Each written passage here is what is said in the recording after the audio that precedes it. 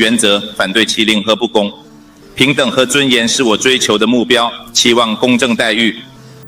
Sebuah video yang menampilkan Presiden Joko Widodo sedang berpidato dalam bahasa Mandarin menjadi viral di media sosial pada Jumat 27 Oktober 2023. Dalam video tersebut tampak Presiden yang mengenakan setelan jas sedang berpidato di atas podium sambil membaca teks. Namun dalam video itu kepala negara terdengar menggunakan bahasa Mandarin selama berpidato. Dalam narasi sejumlah unggahan juga disebutkan Presiden Jokowi berbahasa Mandarin. Kementerian Komunikasi dan Informatika pun merespon viralnya video tersebut.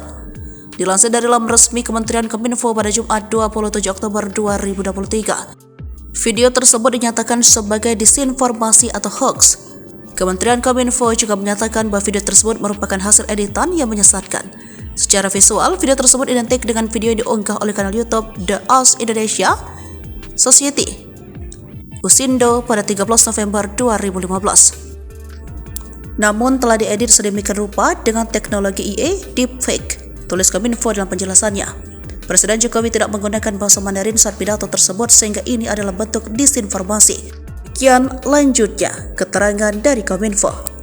Kementerian Kominfo pun menghimbau masyarakat untuk berhati-hati ketika mendapatkan informasi yang dapat dimanipulasi atau diselewengkan. Masyarakat diminta selalu merujuk sumber-sumber terpercaya seperti situs pemerintah dan atau media yang kredibel. Kementerian Kominfo juga sedang melakukan takedown dan memberikan label disinformasi atas konten tersebut. Demikian menurut keterangan dari Kominfo.